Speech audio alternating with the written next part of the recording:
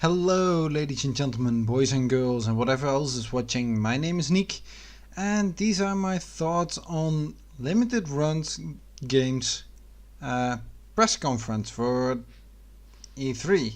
It's their first outing, and well, it was an interesting one. I had absolutely no expectations for these guys, and they therefore did not have any requirements for me to set, except don't bore me. And luckily they didn't do that. Actually, I thought their press conference was bad. Hilariously bad.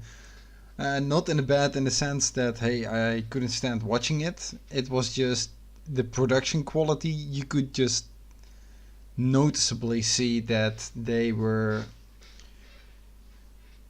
well, with a very low budget. They didn't got themselves a theater or something, and yet they wanted to do a on-stage live presentation or something. So they did some green screen action, and they had a CGI rendered. How do I say this? Yeah, a CGI rendered theater, their own theater, and with some hilariously bad graphics and hilariously bad remixes of music, starting with a tune from the anime Initial D, I think, Night of Fire. It was hilariously bad, and they stepped out of that car, and you see them walking, not even lifting their feet off the ground, and they kind of shoved to the side. It was just hilariously bad done, and it was really funny to see that. And I have to applaud them for making a nice attempt. And sometimes they focus on the audience, which you can see is just stock photographs that they cut out, and then have one of their employees sit in front of a green screen doing some how do I say this, hilarious cheering. And well, it was hilarious, to say the least. It was just yeah. Also the audio for the public applauding and everything, that you could really notice that it was some kind of stock audio, open open license or something, and because it was again hilariously bad, as if someone purposely made the effort to look things worse than worse can be. And that was just really funny. Then on to the games, because for 45 minutes they had really a lot of games that they were announcing. It's not so much that these games are new.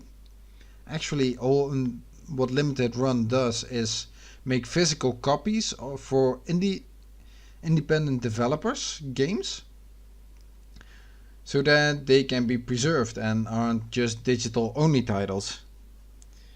And so most of these games have already been released, so you can actually see them, like Golf Story, Iconoclast, Thumper, and well, a lot more.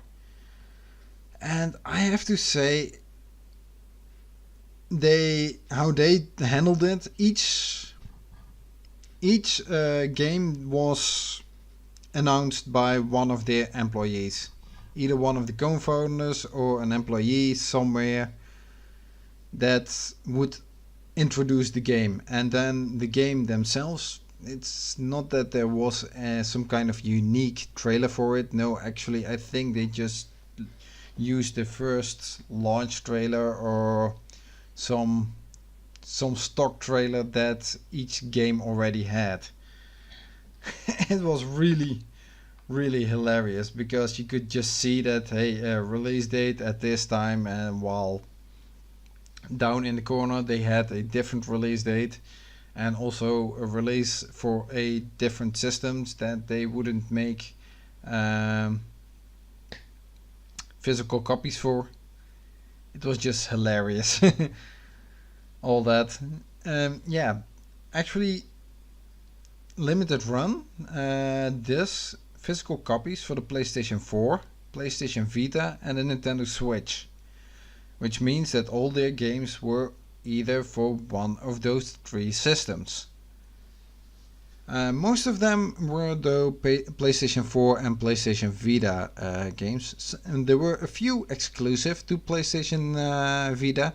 Those were in the Cyberpunk franchise. Yes, I know, CD Projekt Red, the Cyberpunk 2077. However, that is a license that they got, and they are now making a game for. And actually, that same license has already been used to make some kind of smaller independent developers indie games.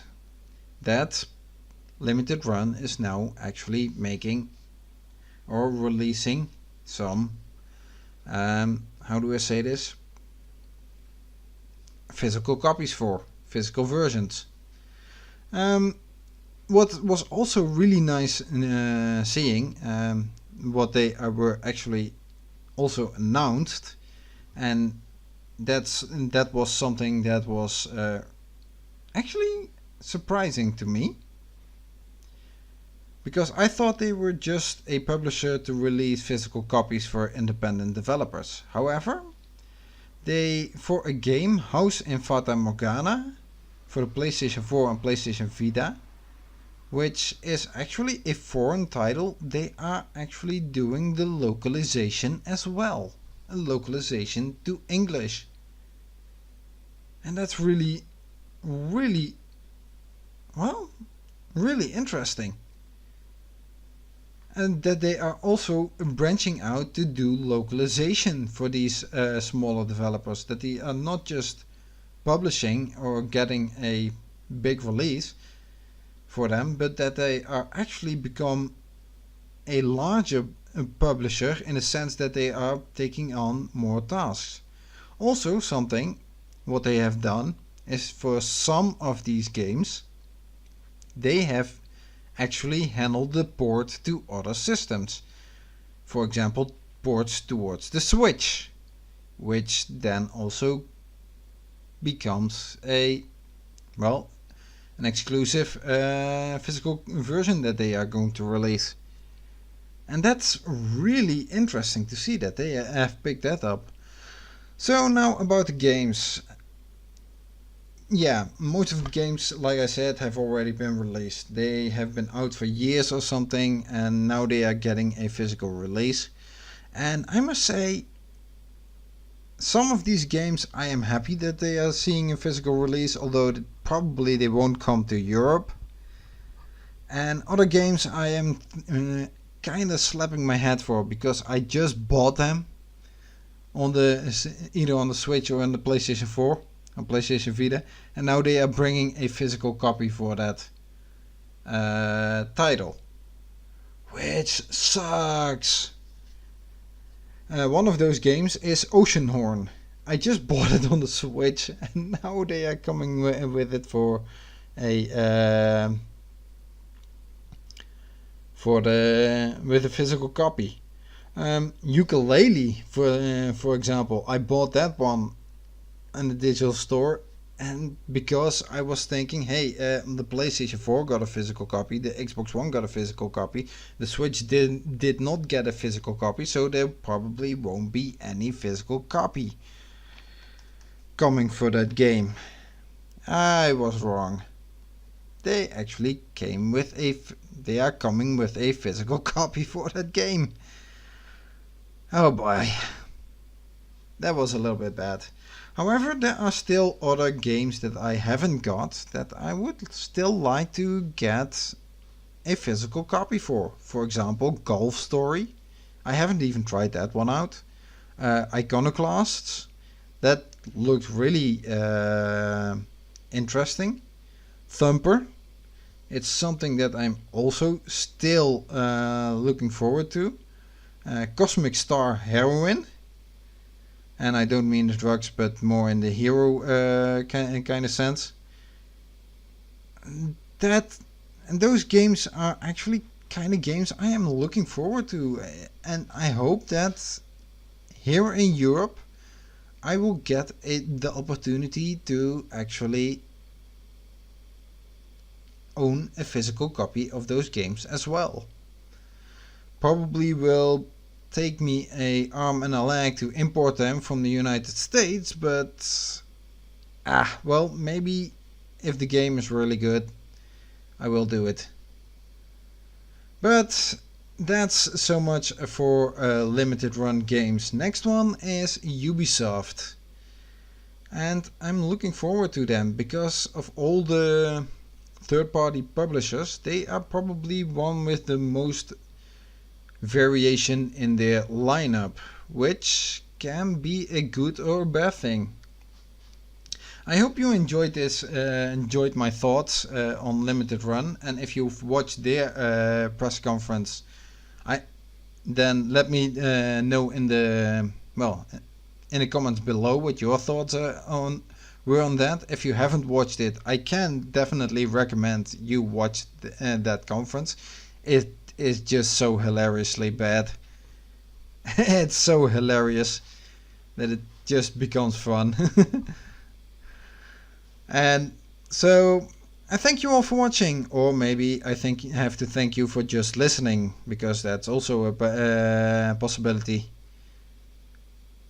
And I hope to see you again with Ubisoft. Goodbye!